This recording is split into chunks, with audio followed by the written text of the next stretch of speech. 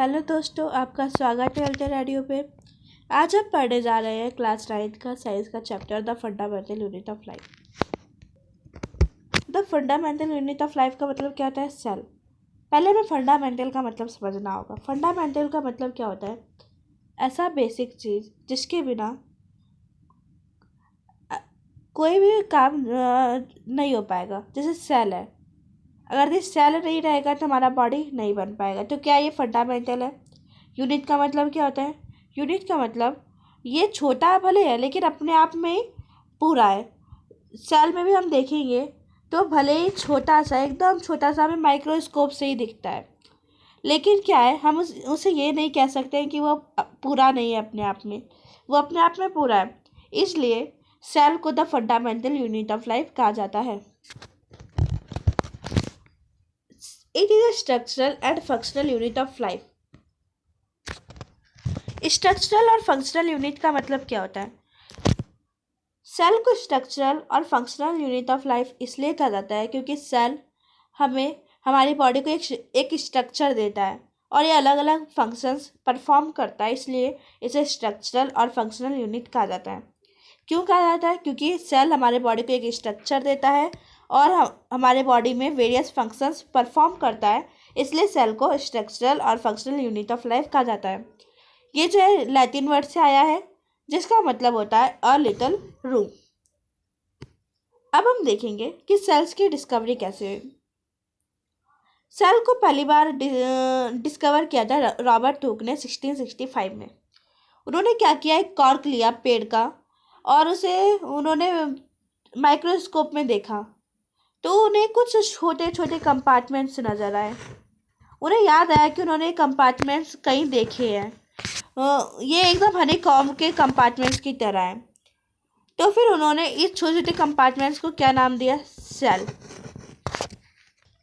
आप यहाँ देख सकते हैं कि यहाँ पे छोटे छोटे जो छोटे छोटे कंपार्टमेंट्स है, ये ठीक ऐसा ही कंपार्टमेंट उन्होंने ट्री के कॉर्क या बार्क हम कह सकते हैं उसमें देखा, तो इसी का नाम उन्होंने सेल दिया। Cells were first discovered by Robert Hooke in 1665. He examined a thin slice of cork. Then he saw that cork resembled the structure of a honeycomb, consisting of many little compartments. अब हम पढ़ेंगे parts of a cell. Cell के क्या क्या parts होते हैं? Cell के बहुत सारे पार्ट्स होते हैं। उसमें हम देखेंगे सेल वॉल। सेल वॉल किसे कहते हैं? Cell wall basically plant cell में पाया जाता है। ये जो होता है ये रिजिड आउटर कवरिंग होता है, मतलब ये पेड़ को एक टफनेस देता है और ये प्लाज्मा मेम्ब्रेन के ऊपर पाया जाता है। और इस जो है सेलुलोज का होता है। सेलुलोज का मतलब होता है complex substance and provides structural strength to plants. मतलब ऐसा कॉम्प्लेक्स सब्सटेंस जो कि प्लांट्स को एक स्ट्रक्चरल स्ट्रेंथ देता है। और सेल वॉल कैसा होता है? फ्रीली परमिएबल होता है। फ्रीली परमिएबल का मतलब क्या होता है कि आसपास में मतलब जो भी मिलेगा वो अपने अंदर ले लेगा। हमने क्या क्या पढ़े सेल वॉल के बारे में? हमने 4 पॉइंट्स पढ़े। पहला, it is a rigid outer covering of plant cell. दूसरा, it lies outside the plasma membrane. तीसरा, it is mainly composed of cellulose. चौथा, it is freely permeable to water and substances in solution. अब हम पढ़ेंगे plasmolysis. Plasmolysis क्या होता है? जब एक लिविंग प्लांट सेल अपना वाटर लूज कर देता है तो वो क्या होता है? वो कॉन्ट्रैक्ट होता है। ये इसी को क्या कहते हैं? प्लाज्मोलाइसिस कहते हैं। When a living plant cell loses water through osmosis. Osmosis का मतलब भी हम पढ़ेंगे। देयर इज श्रिंकेज और contraction of the contents of the cell away from the cell wall. अब हम पढ़ेंगे सेल मेम्ब्रेन और प्लाज्मा मेम्ब्रेन। सेल मेम्ब्रेन और प्लाज्मा मेम्ब्रेन दोनों एक ही होते हैं। ये जो होते हैं सेल के आउटर मोस्ट कवरिंग होती है और ये प्लांट सेल में भी पाए जाते हैं और एनिमल सेल में भी पाए जाते हैं। और ये सेल मेम्ब्रेन कैसे होते हैं? सेलेक्टिवली परमिएबल मेम्ब्रेन होते हैं। मतलब जिस चीज़ की सेल को ज़रूरत होती है वही चीज़ सेल के अंदर आने देते हैं, बाकी कोई भी चीज़ सेल के अंदर आने नहीं देते, कोई भी जिससे कि सेल को हार्म पहुंच सकता है। और वो सेल मेम्ब्रेन कैसे होते हैं, फ्लेक्सिबल होते हैं और बने किससे होते हैं, ऑर्गेनिक मॉलिक्यूल्स, जिसे कि हम लिपिड्स और प्रोटीन्स भी कह सकते हैं। वो अपनी फ्लेक्सिबिलिटी की वजह से, सेल मेम्ब्रेन अपनी फ्लेक्सिबिलिटी की वजह से खाना खा पाते हैं। हम एक अमीबा का एग्जांपल लेंगे। अमीबा यूनिसेलुलर ऑर्गेनिज्म होता है। यूनिसेलुलर मतलब जिसमें सिर्फ एक ही सेल हो। वो खाना कैसे खाता है, उसके यहाँ पे खाना दिखता है तो वो उसके पास जाता है और कुछ इस तरीके से अपना स्ट्रक्चर बनाता है और यहाँ पे खाना लेता है। फिर वो क्या होता है, वो कुछ इस तरीके से फिर खाना इस तरीके से उसकी बॉडी में जाता है और फिर वो धीरे धीरे डाइजेस्ट हो जाता है। हमने पढ़े सेल मेम्ब्रेन के बारे में। ये क्या होता है, आउटर मोस्ट कवरिंग होता है सेल का। आप ये सेल देख रहे हैं, ये सेल का ये जो आउटर मोस्ट कवरिंग है, इसी को क्या कहते हैं, सेल मेम्ब्रेन कहते हैं।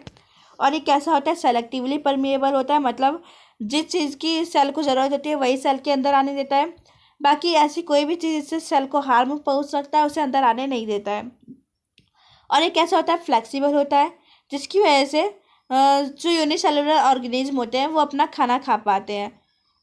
और ये एक तरीके से अंदर से बाहर का आने जाने का ये पैसेज भी हम इसे कह सकते हैं। हमने पढ़े, it is the outermost covering of the cell, it is a selectively permeable membrane, it is flexible and made up of organic molecules, enables the cell to engulf in food and other material from its external environment, hold cellular contents and control passage of materials in and out of the cell। अब हम पढ़ेंगे diffusion. हमने first chapter में भी diffusion के बारे में पढ़े थे, जिसमें कि हम देख रहे थे, हम अगर कोई अगरबत्ती जलाते हैं तो उसका धुआं धीरे धीरे पूरे कमरे में फैल जाता है। या फिर खाना बन रहा होता है दूर में, जब वो खाना बन रहा होता है तो उसकी खुशबू हमें दूर से भी आने लगती है। क्यों आने लगती है, क्योंकि वहाँ पे क्या होता है, गैसेस में इंटरमिक्सिंग होती है, जिसे कि हम डिफ्यूजन कहते हैं। उसमें भी हायर कंसंट्रेशन से लोअर कंसंट्रेशन की तरफ एक्सचेंज होता है। डिफ्यूजन का मतलब क्या होता है, जब सेल के around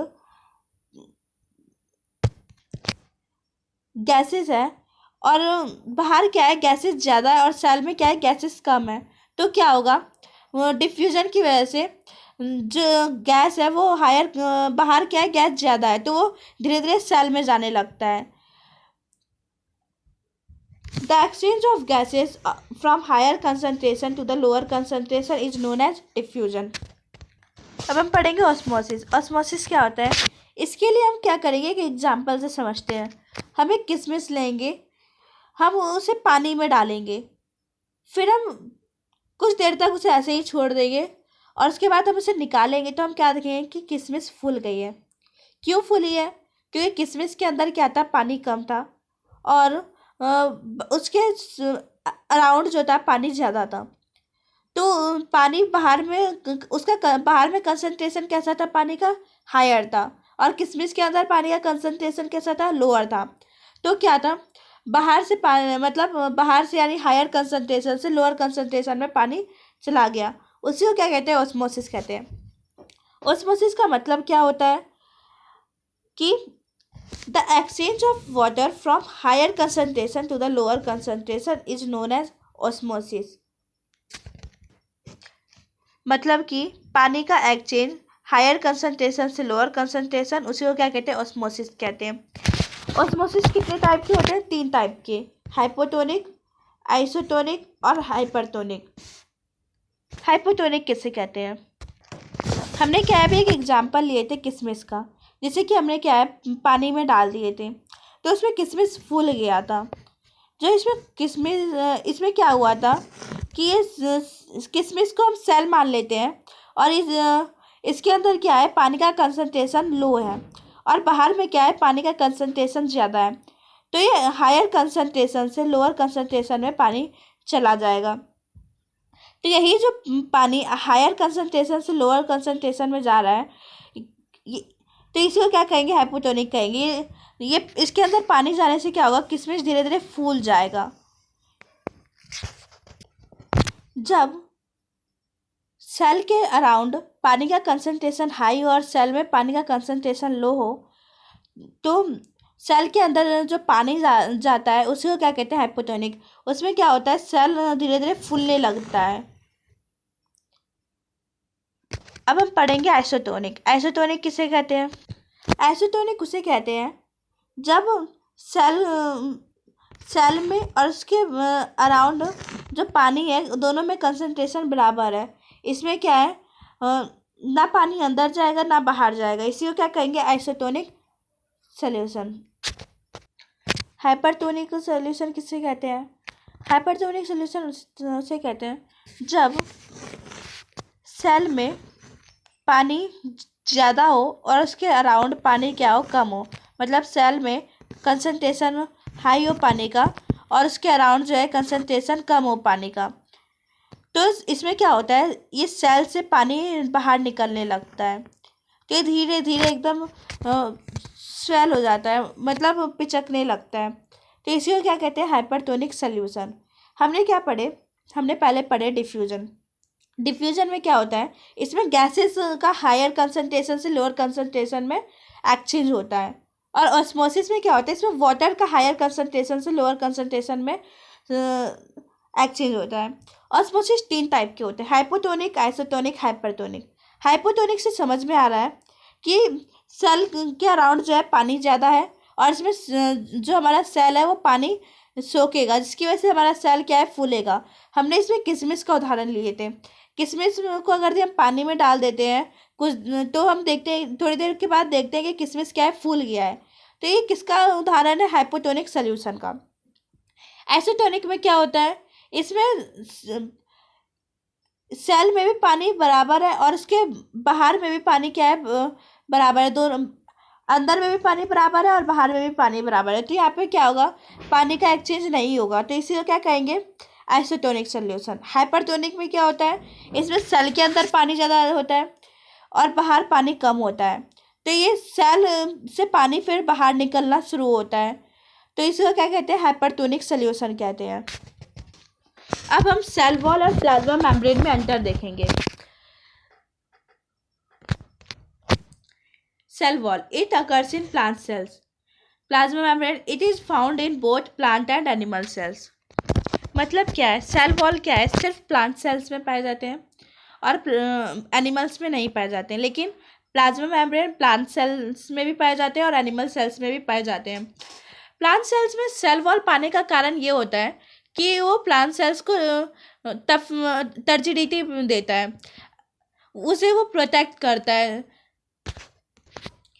it lies outside of the cells, it lies on the outside of animal cells and inner to the cell wall in plant sales.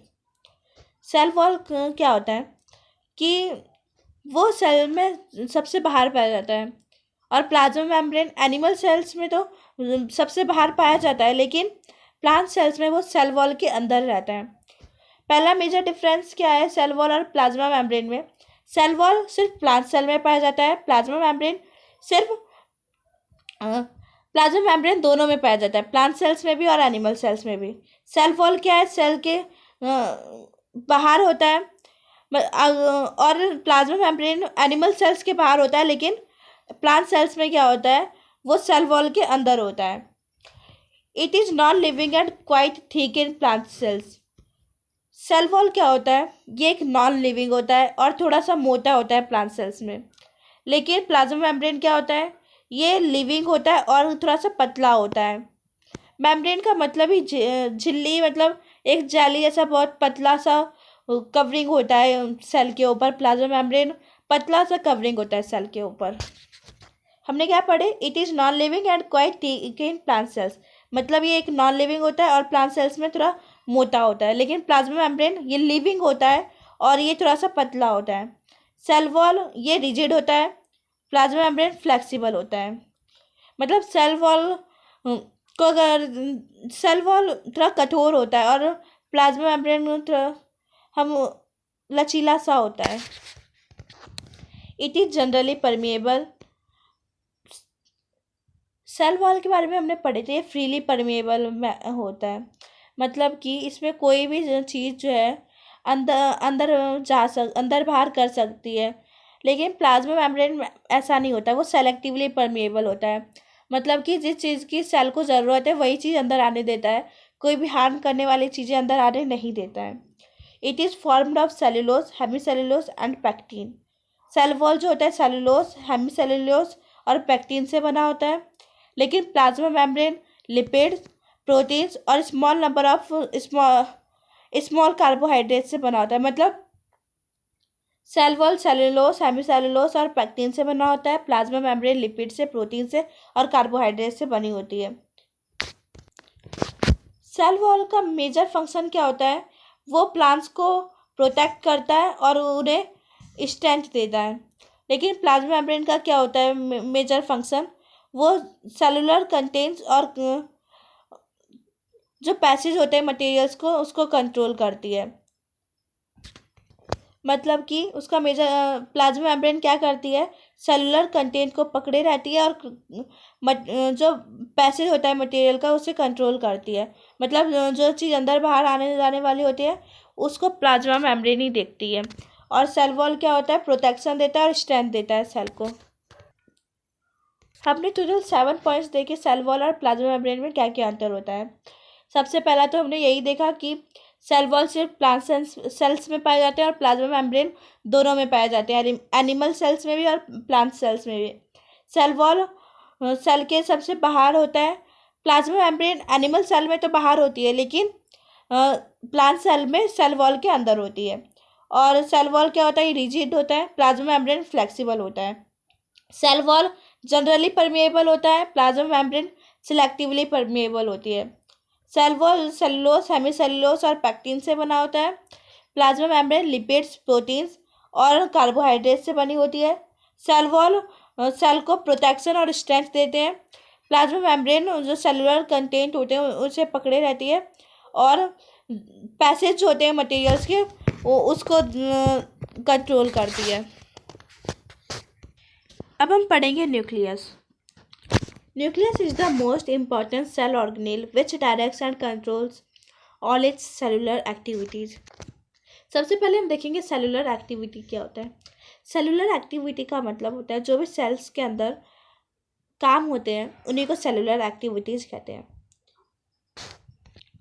इसमें हमने देखे कि न्यूक्लियस जो है बहुत इंपॉर्टेंट सेल ऑर्गेनेल है। सेल ऑर्गेनेल मतलब क्या होता है? जैसे हमारे पास हमारे अलग अलग ऑर्गन्स होते हैं, वैसे सेल के पास भी अलग अलग ऑर्गन्स होते हैं, जैसे कि न्यूक्लियस, माइटोकॉन्ड्रिया, वही उसी को क्या कहा जाता है? Cell organelle. Nucleus is the most important cell organelle which directs and controls all its cellular activities. Nucleus जो है सेल का बहुत इंपॉर्टेंट ऑर्गेनेल है जो कि डायरेक्ट कंट्रोल करता है सेलुलर एक्टिविटीज को। It is called as headquarter of the cell. ये जो है सेल का हेड क्वार्टर माना जाता है। It was discovered by Robert brown इन 1831। इसे जो है रॉबर्ट ब्राउन ने 1831 में खोजा था।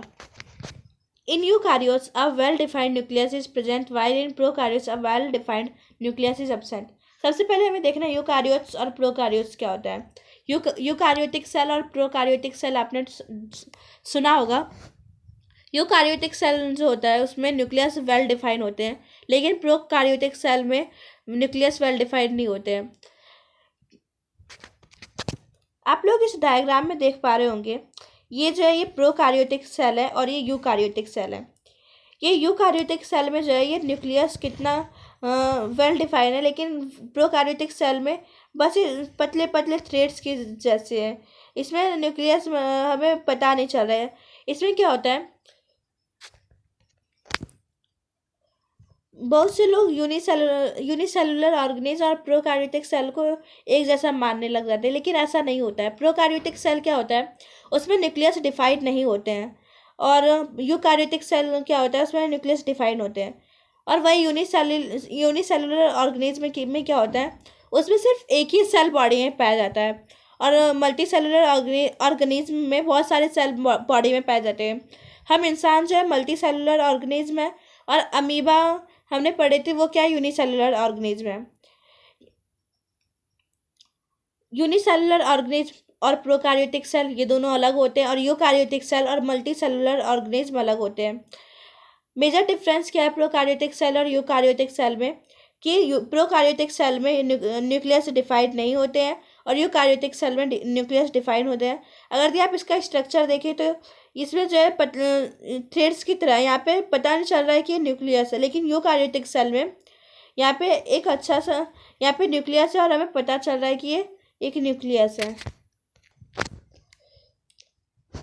यूकैरियोटिक सेल और प्रोकैरियोटिक सेल में हमने क्या पढ़े, यूकैरियोटिक सेल में न्यूक्लियस वेल डिफाइंड होते हैं और प्रोकैरियोटिक में वेल डिफाइंड नहीं होते हैं। Prokaryotic contains a primitive nucleus, जो पहले के ज़माने के nucleus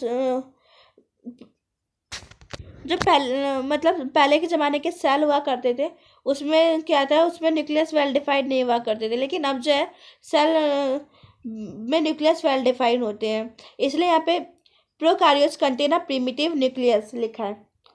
it has double layered covering called as nuclear membrane. यहाँ पे आप यहाँ पे देख पा रहे होंगे कि यहाँ पे डबल लेयर की कवरिंग है, जिसे कि हम क्या कहते हैं, न्यूक्लियर मेम्ब्रेन भी कहते हैं। और ये डबल लेयर की कवरिंग होने की वजह से क्या, इसे न्यूक्लियर एनवेलप भी कहा जाता है। Nuclear membrane has pores which regulate the movement of materials in and out of the cell. यहाँ पे छोटे छोटे जो पोर्स हैं, यही न्यूक्लियर मेम्ब्रेन में ये छोटे छोटे जो पोर्स होते हैं, यही जो मटेरियल्स हैं उसको अंदर और बाहर जाने में मदद करते हैं। और besides nuclear membrane, nucleus also contains nucleolus, chromatin material, and the substance filled inside the nucleus is called nucleolus. ये इसके अंदर ये जो लिक्विड भरा हुआ है इसी को क्या कहते हैं, न्यूक्लियोलस कहते हैं। और न्यूक्लियर मेम्ब्रेन के अंदर क्रोमेटिन मटेरियल भी पाए जाते हैं। क्रोमेटिन मटेरियल क्या होते हैं, ये जो पतले पतले से थ्रेड लाइक स्ट्रक्चर है इसी को क्रोमेटिन मटेरियल कहा जाता है। Chromosomes or chromatin material consists of DNA which stores and transmits hereditary information for the cell. ये जो क्रोमेटिन होते हैं ये इनके अंदर डीएनए होता है। क्रोमोसोम्स क्या है, डीएनए और प्रोटीन से बने होते हैं। ये डीएनए क्या करते हैं, ये हेरिडिटरी फीचर्स को स्टोर करते हैं और इन एक जनरेशन से दूसरी जनरेशन में उसे पहुंचाने का भी काम करते हैं chromatin material. The nucleus controls all metabolic activities of the cell. If the nucleus is removed from a cell the protoplasm ultimately dries up and dies. पहले में समझना है प्रोटोप्लाज्म किसे कहते हैं। ये जो है साइटोप्लाज्म और न्यूक्लियस को ही प्रोटोप्लाज्म कहते हैं दोनों। ये जो न्यूक्लियस जो होता है वो हमारे बॉडी का मेटाबॉलिक एक्टिविटीज़ कंट्रोल करता है। मेटाबॉलिक एक्टिविटीज़ मतलब जो भी रेस्पिरेशन ये सब एक्टिविटी होती है वो न्यूक्लियस ही कंट्रोल करता है। अगर न्यूक्लियस को सेल से रिमूव कर दिया जाए तो प्रोटोप्लाज्म जो है सूख जाएगा और मर जाएगा। It regulates the cell cycle. Cell में जो भी वर्क होते हैं वो न्यूक्लियस की वजह से ही होते हैं, यही रेगुलेट करते हैं। It is concerned with the transmission of hereditary traits from the parent to offspring. Nucleus जो है हेरिडिटरी ट्रेट्स को मतलब one generation to next generation में पहुंचाने का काम करते हैं, जो भी हेरिडिटरी ट्रेट्स होते हैं। अब हम पढ़ेंगे साइटोप्लाज्म। साइटोप्लाज्म में क्या होता है, ये सेल के अंदर लिक्विड फ्लो हो रहा है, यही क्या है, साइटोप्लाज्म है। The cytoplasm is the fluid contained inside the plasma membrane. It is responsible for holding the components of the cell and protects them from damage. Cytoplasm का क्या वर्क होता है, जो भी उसके अंदर सेल ऑर्गेनेल है उसे वो पकड़ के रखता है, होल्ड करके रखता है और उसे डैमेज से भी बचा के रखता है। It stores the molecules like amino acids, glucose, vitamins, ions, etc. required for cellular process. Cytoplasm क्या है, ये मॉलिक्यूल्स भी स्टोर करके रखता है जो कि मतलब सेल के अंदर जो भी वर्क होता है उसमें जो भी लगते हैं। It is also responsible for giving the cell its shape. Cytoplasm की वजह से ही सेल को एक शेप मिलता है। हमने क्या पढ़े, साइटोप्लाज्म के बारे में 4 पॉइंट्स पढ़े। पहला साइटोप्लाज्म जो होता है फ्लूइड होता है जो कि प्लाज्मा मेम्ब्रेन के अंदर पाया जाता है। ये क्या है? ये प्लाज्मा मेम्ब्रेन या सेल मेम्ब्रेन भी इसे कह सकते हैं। इसके अंदर क्या है? ये लिक्विड पाया जाता है। यही क्या होता है? साइटोप्लाज्म होता है। ये सेल ऑर्गेनेल को होल्ड करके रखता है और उन्हें डैमेज से बचाता है। ये मॉलिक्यूल्स को भी स्टोर करके रखता है जो कि सेलुलर प्रोसेस में काम आती है। सेलुलर प्रोसेस क्या होता है? जो भी सेल के अंदर वर्क चल रहे होते हैं उन्हीं को कहते हैं cellular process. It is also responsible for giving the cell its shape. Cytoplasm की वजह से ही सेल को एक शेप मिलता है। अब हमें पढ़ना है सेल ऑर्गेनेल्स क्या होते हैं। They are responsible for the synthesis of substances like lipid, protein, starch etcetera. Cell organelles generate energy. They secrete hormones, enzymes, etc. They are involved in the digestion of substances taken by the cell. Cell organelle जो है हम basically उन्हीं को कहेंगे जो भी cytoplasm में पाए जाते हैं। जैसे कि आप इस डायग्राम में देख रहे होंगे कि ये बीच में जो फ्लूइड है ये क्या है? साइटोप्लाज्म है। इसमें क्या क्या है? न्यूक्लियस है, माइटोकॉन्ड्रिया है, गोल्जी अपैरेटस है और एंडोप्लाज्मिक रेटिकुलम है। ये सब क्या है? ये सब सेल ऑर्गेनेल है। साइटोप्लाज्म में जो भी चीज़ें पाई जाती है वो क्या है? सेल ऑर्गेनेल है। हम इतने से समझ सकते हैं।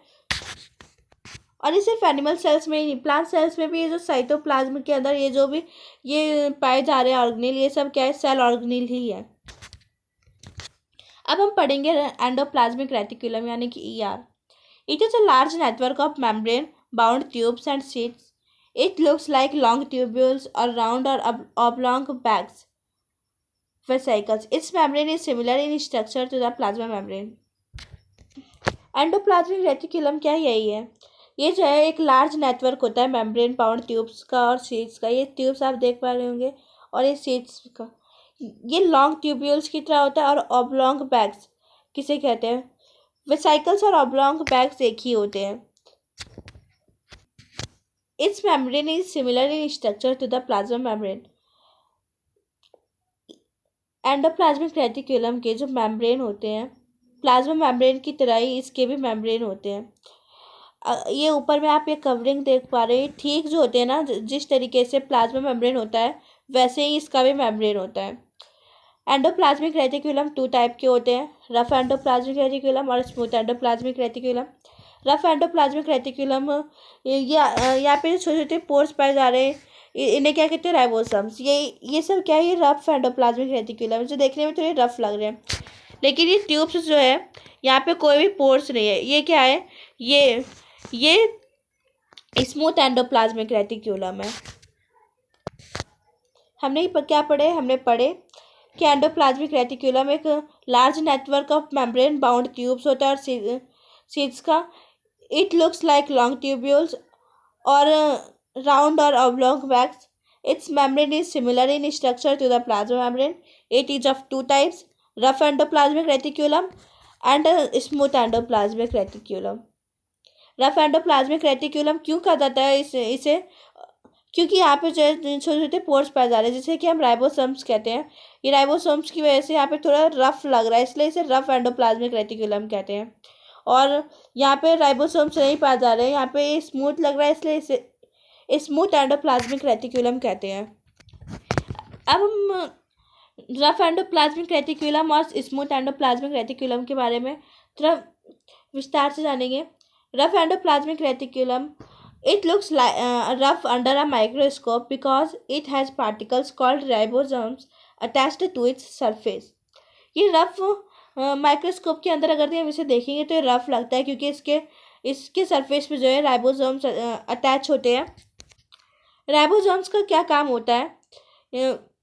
ये प्रोटीन को मैन्युफैक्चर करता है, मतलब ये प्रोटीन बनाता है और ये ER की मदद से वो प्रोटीन जो है अलग अलग जगह पे पहुँचा, जहाँ पे ज़रूरत होती है उस प्रोटीन की वहाँ पे पहुँचाया जाता है। अब हम पढ़ेंगे smooth endoplasmic reticulum. The SER helps in the manufacture of fat molecules और lipids important for cell function. Some of this proteins and lipids help in building the cell membrane This process is known as membrane biogenesis. SCR plays a crucial role in detoxifying many poison and drugs. हमने क्या पढ़े? Smooth endoplasmic reticulum क्या होता है, क्या करता है? Fat molecules और लिपिड्स का जो है उसे बनाता है। और ये प्रोटीन्स और लिपिड्स किसके काम में आते हैं? ये सेल मेम्ब्रेन को बढ़ाने के काम में आते हैं। इसी को क्या कहा जाता है? Membrane biogenesis. मतलब इसमें क्या है, जो ये प्रोटीन और लिपिड्स बना रहा है वो सेल मेम्ब्रेन को क्या कर रहे हैं? बिल्ड कर रहे हैं। तो इसी प्रोसेस को मेम्ब्रेन बायोजेनेसिस कहते हैं। और स्मूथ एंडोप्लाज्मिक रेटिकुलम का ये एक क्रूशियल रोल भी निभाता है। ये बहुत सारे पॉइजन्स और ड्रग्स को क्या करता है? डिटॉक्सिफाइंग करता है। हमने क्या पढ़े? हमने एक रफ एंडोप्लाज्मिक रेटिकुलम पढ़े और स्मूथ एंडोप्लाज्मिक रेटिकुलम पढ़े। रफ एंडोप्लाज्मिक रेटिकुलम में क्या पढ़े? ये जो होता है ये रफ दिखता है क्योंकि इसके सरफेस पे राइबोसोम्स पाए जाते हैं। राइबोसोम्स का क्या काम होता है? वो प्रोटीन को बनाता है और वो प्रोटीन जो है एंडोप्लाज्मिक रेटिकुलम की मदद से वो अलग अलग जगह पे पहुंचा पाता है। और स्मूथ एंडोप्लाज्मिक रेटिकुलम का क्या काम होता है? ये फैट मॉलिक्यूल्स और लिपिड्स को बनाता है। और वो जो प्रोटीन्स और लिपिड्स को बनाता है वही वो सेल मेम्ब्रेन को बिल्ड करने में भी मदद करती है, जिसे कि मेम्ब्रेन बायोजेनेसिस भी कहते हैं। और SCR पॉइजन्स और ड्रग्स को डिटॉक्सिफाई करता है। और जो SCR प्रोटीन्स और लिपिड्स बनाता है इसे हार्मोन्स और एंजाइम्स भी कहा जाता है। अब हम पढ़ेंगे गोल्जी अपैरेटस। गोल्जी अपैरेटस को पहली बार कैमिलो गोल्गी ने डिस्क्राइब किया था। It consist of a system of membrane bound vesicles around arranged approximately parallel to each other in stacks called cisterns. Cisterns किसे कहा जाता है? एक मिनट। इस डायग्राम में आप देख पा रहे होंगे ये जो इस तरीके से जो ये लाइनिंग है इसी को क्या कहा जाता है? सिस्टर्न्स कहा जाता है।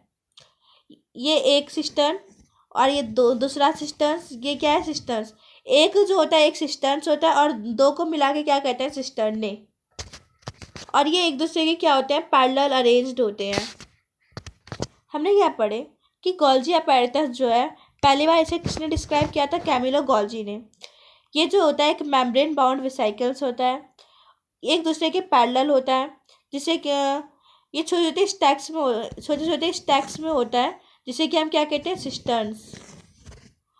The material synthesized near the ER is packaged and dispatched to various targets. ये जो मटेरियल एंडोप्लाज्मिक रेटिकुलम बनाता है उसी को ये पैक करता है और अलग अलग जगह पे पहुंचाता है। हमने अभी क्या देखी? एंडोप्लाज्मिक रेटिकुलम क्या क्या बनाता है?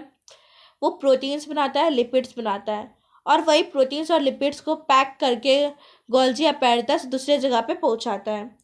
It is also involved in the formation of lysosomes. ये जो है लाइसोसोम को भी बनाता है।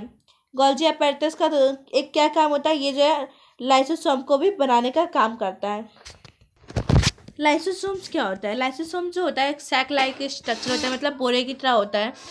ये इसके अंदर डाइजेस्टिव एंजाइम्स पाए जाते हैं।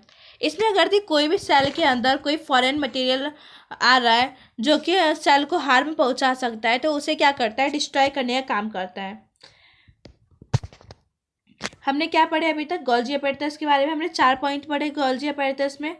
ये इसे पहली बार डिस्क्राइब किसने किया था? कैमिलो गोल्जी ने। और ये जो होता है ये मेम्ब्रेन बाउंड वेसिकल्स होते हैं जो एक दूसरे के पैरेलल अटैच होते हैं। और ये जो स्टैक्स होते हैं इसी को क्या कहा जाता है? सिस्टर्न्स कहा जाता है। एंडोप्लाज्मिक रेटिकुलम से जो भी चीज़ आता है उसे ये पैक करके ये सेल्स के अलग अलग पार्ट को पहुंचाने का काम करता है गोल्जी अपैरेटस। और लाइसोसोम्स को भी ये बनाता है। लाइसोसोम्स किसे कहते हैं? लाइसोसोम्स एक सैक लाइक स्ट्रक्चर होता है जो कि अगर इस सेल के अंदर कोई फॉरेन मटेरियल्स आता है जो कि सेल को नुकसान पहुंचा सकता है उसे ये डिस्ट्रॉय करने का काम करता है लाइसोसोम्स। गोल्जी अपैरेटस का मेन फंक्शन क्या होता है? ये it's functions include the storage, modification and packaging of products in vesicles. पहले वेसिकल्स क्या होता है हम इसके बारे में जान लेते हैं। ये छोटे छोटे बैग्स हैं, इन्हीं को विसाइकल्स कहा जाता है। इसे ओब्लोंग बैग्स भी कहा जाता है। इसे हम विसाइकल्स भी कह सकते हैं और ओब्लोंग बैग्स भी कह सकते हैं। गोल्जी अपैरेटस का मेन काम क्या होता है? स्टोर करना होता है और चीज़ों को पैक करके, जो भी ईआर बनाता है उसे पैक करके ये अलग अलग जगह तक पहुंचाता है। इन सम केसेस कॉम्प्लेक्स शुगर्स में be made from simple sugars in the Golgi apparatus. कभी कभी क्या होता है कि कॉम्प्लेक्स शुगर जो है सिंपल शुगर में, जो सिंपल शुगर से कॉम्प्लेक्स शुगर बनता है वो गोल्जी अपैरेटस में कभी कभार बन जाता है। हमने इसमें अभी 2 पॉइंट पढ़े, स्टोर करता है और ये पैक करता है, और सिंपल शुगर से कॉम्प्लेक्स शुगर भी कभी कभार गोल्जी अपैरेटस बनाता है। अब हम पढ़ेंगे माइटोकॉन्ड्रिया। माइटोकॉन्ड्रिया क्या होता है? It is known as powerhouse of the cell. It has 2 membrane coverings. The outer membrane is porous while the inner membrane is deeply folded. These folds increase surface area for ATP generating chemical reactions. The energy required for various chemical activities needed for life is released by mitochondria in the form of ATP molecules. ATP is known as the energy currency of the cell. The body uses energy stored in ATP for making new chemical compounds and for mechanical work. Mitochondria are strange organelles in the sense that they have their own DNA and ribosomes. Mitochondria are able to make some of their own proteins. हम क्या पढ़ रहे हैं mitochondria के बारे में? ये एक पावर हाउस होता है सेल का। इस सेल का पावर हाउस कैसे होता है? ये जो होता है एटीपी बनाता है और एटीपी पूरे बॉडी में एनर्जी देने का काम करता है। इसके 2 कवरिंग्स होते हैं। ये पहला कवरिंग ये आउटर मेम्ब्रेन और ये इनर मेम्ब्रेन। आउटर मेम्ब्रेन जो होता है वो पोरस होता है और इनर मेम्ब्रेन क्या होता है? इसका ये बहुत ज़्यादा फोल्डेड होता है। This folds increase surface area for ATP generating chemical reactions. अभी मैंने बताया कि क्या करता है? एटीपी को बनाता है और एटीपी क्या करता है? पूरे बॉडी में एनर्जी देने का काम करता है। The energy required for various chemical activities needed for life is released by mitochondria in the form of ATP adenosine triphosphate. ATP is known as the energy currency of the cell. The body uses energy stored in ATP for making new chemical compounds and for mechanical work. Mitochondria are strange organelles in the sense that they have their own DNA and ribosomes. इसमें क्या है? Mitochondria एक strange organelles कहलाता है क्योंकि उसके पास अपना DNA होता है और राइबोसोम्स होता है। क्योंकि उसके पास राइबोसोम्स होता है इसलिए वो अपना प्रोटीन्स बनाता है खुद ही। हमने माइटोकॉन्ड्रिया के बारे में क्या पढ़े? हमने पढ़े पावर हाउस होता है सेल का और इसके 2 मेम्ब्रेन होते हैं। पहला मेम्ब्रेन जो होता है वो पोरस होता है और अंदर का मेम्ब्रेन जो होता है वो डीपली फोल्डेड होता है। ये एटीपी बनाता है। एटीपी हमारे बॉडी में अलग अलग केमिकल एक्टिविटीज़ के लिए एनर्जी रिलीज करता है और इसलिए एटीपी का फुल फॉर्म होता है एडिनोसिन ट्राइफॉस्फेट। इसलिए एटीपी को क्या कहा जाता है? Energy currency of the cell. इसे energy currency of the cell क्यों कहा जाता है? क्योंकि हमारे बॉडी में केमिकल अलग अलग जो भी काम होते हैं हमारे बॉडी में उन सब के लिए एटीपी ही एनर्जी देता है। और माइटोकॉन्ड्रिया जो है ये एक स्ट्रेंज ऑर्गेनेल्स है क्योंकि इसके पास अपना डीएनए होता है और राइबोसोम्स होता है। इस वजह से वो क्या है? अपना प्रोटीन खुद बहुत हद तक बना लेता है, मतलब वो अपना प्रोटीन खुद ही बना पाता है। अब हम पढ़ेंगे प्लास्टिड्स। प्लास्टिड्स क्या होता है? It is present only in plant sales. ये जो है सिर्फ प्लांट सेल्स में पाया जाता है। ये 2 टाइप का होता है, क्रोमोप्लास्ट और ल्यूकोप्लास्ट। क्रोमोप्लास्ट किसे कहते हैं? क्रोमोप्लास्ट एक कलर्ड प्लास्टिड होता है और ल्यूकोप्लास्ट ये कलरलेस होता है, इसे वाइट भी कह सकते हैं। Chromoplast containing the pigment chlorophyll are known as chloroplasts. Chromoplast के अंदर एक पिगमेंट पाया जाता है जिसे कि क्लोरोफिल कहते हैं। इसलिए chromoplast containing the pigment chlorophyll are known as chloroplasts. Chloroplasts are important for photosynthesis. Chloroplast जो होता है फोटोसिंथेसिस के लिए इम्पॉर्टेंट होता है। Chloroplast also contain various yellow और orange pigments in addition to chlorophyll. Chloroplast के अंदर येलो और ऑरेंज कलर के पिगमेंट भी पाए जाते हैं क्लोरोफिल के साथ। Leucoplast are primarily organelles in which materials such as starch, oils and protein granules are stored। Leucoplast में क्या होता है, स्टार्च, ऑयल और प्रोटीन ग्रेन्यूल्स स्टोर होते हैं। The internal organisation of the chloroplast consist of numerous membrane layers embedded in a material called the stroma. Chloroplast के अंदर जो है बहुत सा न्यूमरस मेम्ब्रेन होते हैं जिसे कि हम क्या कहते हैं, स्ट्रोमा भी कहते हैं। Plastids also have their on DNA and ribosomes. Mitochondria के पास भी अपना डीएनए था और अपना राइबोसोम्स था, ऐसे प्लास्टिड्स के पास भी अपना डीएनए और राइबोसोम्स होता है। हमने प्लास्टिड्स में क्या पढ़े, ये जो होता है सिर्फ प्लांट सेल में पाया जाता है। ये दो टाइप का होता है, chromoplast, leucoplast. Chromoplast coloured plastid होता है, ल्यूकोप्लास्ट वाइट और कलरलेस प्लास्टिड होता है। क्रोमोप्लास्ट के अंदर एक पिगमेंट पाया जाता है क्लोरोफिल, जिसकी वजह से इसको हम क्लोरोप्लास्ट के नाम से भी जानते हैं। क्लोरोप्लास्ट जो होता है फोटोसिंथेसिस के लिए बहुत ज़रूरी होता है।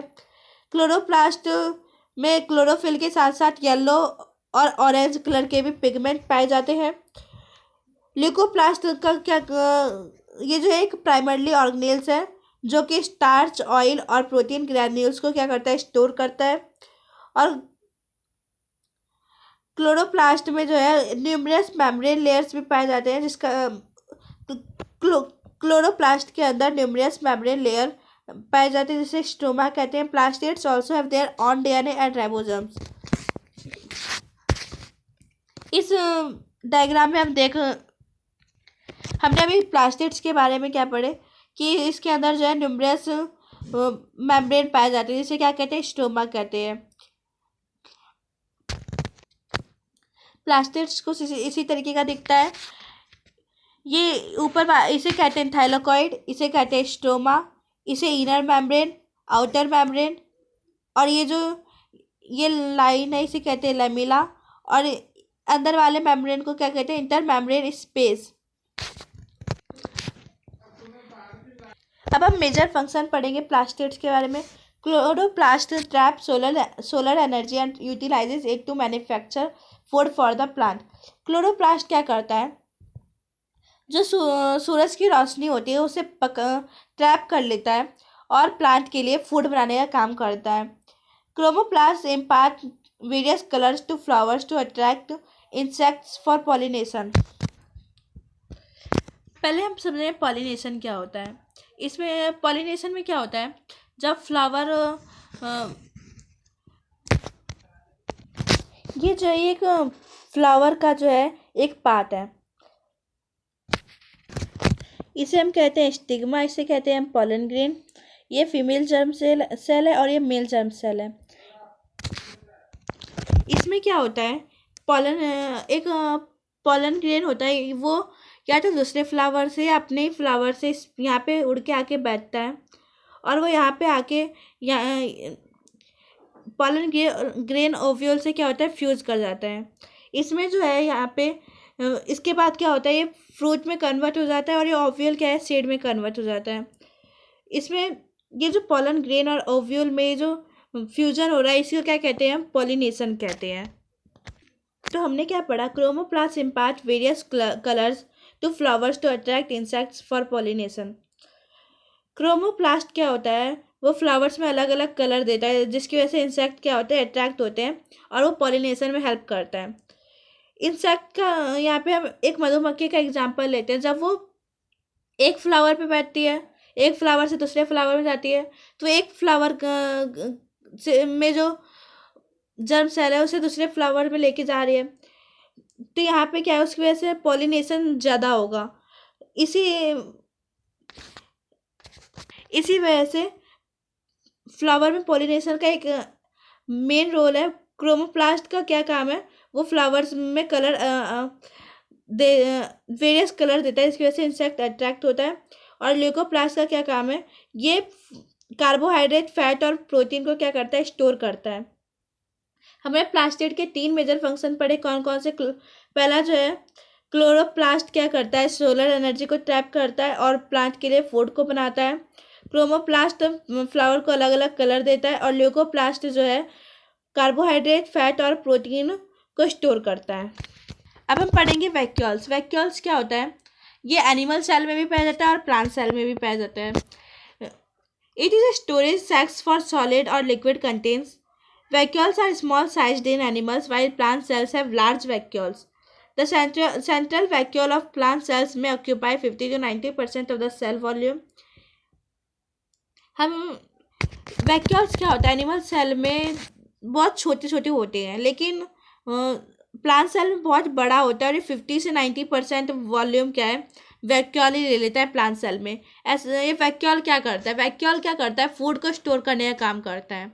एनिमल सेल्स में क्या होता है? ये टेम्पररी होता है। हम तो बार बार खाना खाते रहते हैं जब भी हमें भूख लगती है, लेकिन प्लांट सेल्स ऐसा नहीं कर सकते हैं। जब उन्हें पानी दिया जाएगा, खाद दिया जाएगा, तभी वो दिन में क्या है, अपना खाना बना पाएंगे। इसलिए क्या करते हैं वो लोग? जो भी खाना बनाते हैं वो अपने वैक्यूल में स्टोर कर लेते हैं, और उनका वैक्यूल जो होता है वो परमानेंट होता है। In plant cells vacuoles are full of cell sap and provide turgidity and rigidity of the cell. Plant cells में क्या है? वैक्यूल्स एक तरीके सेल के बोरे की तरह हम काम कह सकते हैं। ये खाने को स्टोर कर रहा है ना, इसलिए इसे सेल सैप कहा गया है। ये जो है सेल को टर्जिडिटी और रिजिडिटी भी प्रोवाइड करता है। वैक्यूल्स के अंदर क्या क्या स्टोर होते हैं? Amino acid, sugar, various organic acids और कुछ प्रोटीन स्टोर होते हैं। In single celled organisms like amoeba, the food vacuole contains the food items that the amoeba has consumed. जो सिंगल सेल्ड ऑर्गेनिज्म्स होते हैं जैसे कि अमीबा, उसमें जो है वैक्यूल का क्या काम होता है? खाना स्टोर करना। तो उनके पास वैक्यूल होता है, उसमें खाना वो स्टोर करते हैं, और उसे in some unicellular organism specialised vacuoles also play important roles in expelling excess water and some waste from the cell. कुछ यूनिसेलुलर ऑर्गेनिज्म में वैक्यूल्स जो है एक्सेस वाटर को बाहर निकालने में और वेस्ट को भी बाहर निकालने में भी काम करते हैं वैक्यूल्स, कुछ यूनिसेलुलर ऑर्गेनिज्म्स में। हमने क्या पढ़े वैक्यूल्स में? इसका मेन काम क्या होता है? खाना स्टोर करना। ये प्लांट सेल में जो होते हैं बहुत उन्हें टर्जिडिटी और रिजिडिटी प्रोवाइड करते हैं, और प्लांट सेल का ये 50 to 90% वॉल्यूम ले लेते हैं। लेकिन हम लोगों में जो एनिमल सेल्स में क्या होते हैं, ये टेम्पररी होते हैं।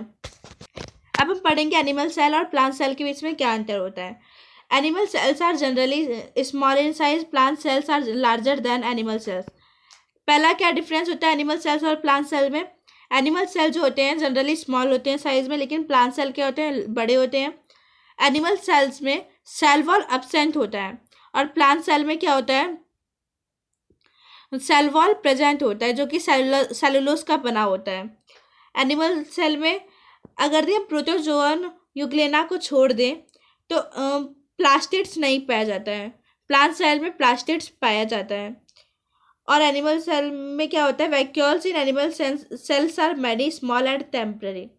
जो एनिमल सेल्स में वैक्यूल्स होते हैं वो बहुत सारे होते हैं और वो टेम्पररी होते हैं, लेकिन प्लांट सेल में क्या होते हैं? एक परमानेंट और बड़ा सा वैक्यूल होता है। Animal cells have a single highly complex and prominent Golgi apparatus. Plant cells have many simpler units of Golgi apparatus called dictyosomes. Animal cell में क्या होता है? Single highly complex prominent Golgi apparatus पाया जाता है, लेकिन प्लांट सेल में क्या होता है? छोटे छोटे गोल्जी apparatus पाए जाते हैं। हमने एनिमल सेल और प्लांट सेल के बीच में मेजर 5 डिफरेंस पढ़े। क्या क्या पढ़े? पहला, एनिमल सेल जो होता है प्लांट सेल के मुकाबले छोटा होता है और प्लांट सेल बड़ा होता है। एनिमल सेल में सेल वॉल एब्सेंट होता है, प्लांट सेल में सेल वॉल प्रेजेंट होता है। एनिमल सेल में अगर हम प्रोटोजोअन यूग्लेना को छोड़ दें तो प्लास्टिड्स नहीं पाया जाता है। प्रोटोजोअन यूग्लेना एक तरीके का ये भी एक ऑर्गेनिज्म है जिसके अंदर प्लास्टिड पाया जाता है। सिर्फ यही एक ऑर्गेनिज्म है जिसमें प्लास्टिड पाया जाता है, लेकिन एनिमल सेल में प्लास्टिड्स नहीं पाया जाता है। प्लांट सेल में प्लास्टिड्स पाया जाता है, और एनिमल सेल में क्या होता है? वैक्यूल्स बहुत छोटे छोटे होते हैं और टेम्पररी होते हैं। प्लांट सेल में वैक्यूल्स बड़े होते हैं और परमानेंट होते हैं। एनिमल सेल में जो है गोल्जी apparatus बड़ा होता है और एक ही होता है, और प्लांट सेल में गोल्जी अपैरेटस बहुत छोटे छोटे और बहुत सारे होते हैं, जिसे कि हम डिक्टियोसम्स कहते हैं। अब हम पढ़ेंगे सेल डिवीजन। सेल डिवीजन क्या होता है? सेल डिवीजन सेल डिवीजन क्यों होता है, पहले हम ये समझते हैं। सेल डिवीजन इसलिए होता है जो कि पुराने सेल्स होते हैं जो अब काम करने लायक नहीं है, तो उनकी जगह उनको हटाकर एक नया सेल आ जाता है। अगर धीरे धीरे सब सेल अगर काम करने बंद कर दे तो धीरे धीरे सेल क्या होगा, हमारी बॉडी में कम होने लगेंगे। तो सेल डिवाइड इसलिए होते हैं जो कि सेल्स की कमी ना हो हमारे बॉडी में। और सेल डिवीजन हमारे ग्रोथ के लिए भी होते हैं और गैमेट फॉर्मेशन के लिए भी होते हैं। ये दो टाइप के होते हैं, मियोसिस और माइटोसिस। मियोसिस क्या होता है, पहले हमें ये समझते हैं। ये क्या है, एक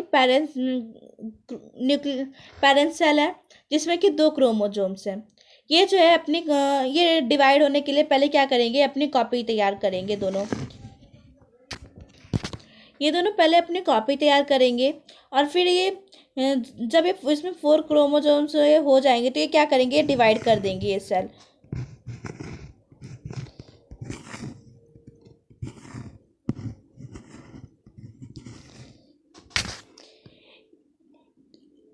ये इसमें क्या है, हम क्या अभी समझ रहे हैं, हम पहले मियोसिस समझ रहे हैं। इसमें हमने ये देखा, ये पेरेंट सेल है। जब इन्हें डिवाइड होना होगा तो ये क्या करेंगे, पहले अपनी कॉपी तैयार करेंगे। जब ये अपनी कॉपी तैयार कर लेंगे फिर ये डिवाइड हो जाएंगे। ये जो है इसमें 2 क्रोमोसोम है, तो इसे कौन सा सेल कहेंगे, इसे डाइप्लॉइड सेल कहेंगे क्योंकि इसमें 2 क्रोमोसोम है। हमें जो एक चीज़ समझना है, अगर ये क्रोमोसोम्स है तो ये क्या है, ये भी क्रोमोसोम्स है और ये भी क्रोमोसोम्स है। ये जो है ये पेयर्ड क्रोमोसोम्स है और ये अनपेयर्ड क्रोमोसोम्स है। सबसे पहले हम अभी क्या देख रहे थे, हम देख रहे थे कि ये जो थ्रेड लाइक स्ट्रक्चर है, तो ये क्या है, ये भी क्रोमोसोम्स ही है। ये जो है ये पेयर्ड क्रोमोसोम्स है और ये अनपेयर्ड क्रोमोसोम्स है। और हमने अभी मियोसिस हम पढ़ रहे थे, हमने उसमें क्या देखे थे, हमने अभी देखे थे कि ये जो हमारा पेरेंट सेल है और जब इसे डिवाइड होना होता है तो क्या करता है, ये पहले अपनी कॉपी तैयार करता है। जब ये कॉपी तैयार कर लेता है तो ये क्या है, फिर 2 सेल्स में डिवाइड हो जाता है।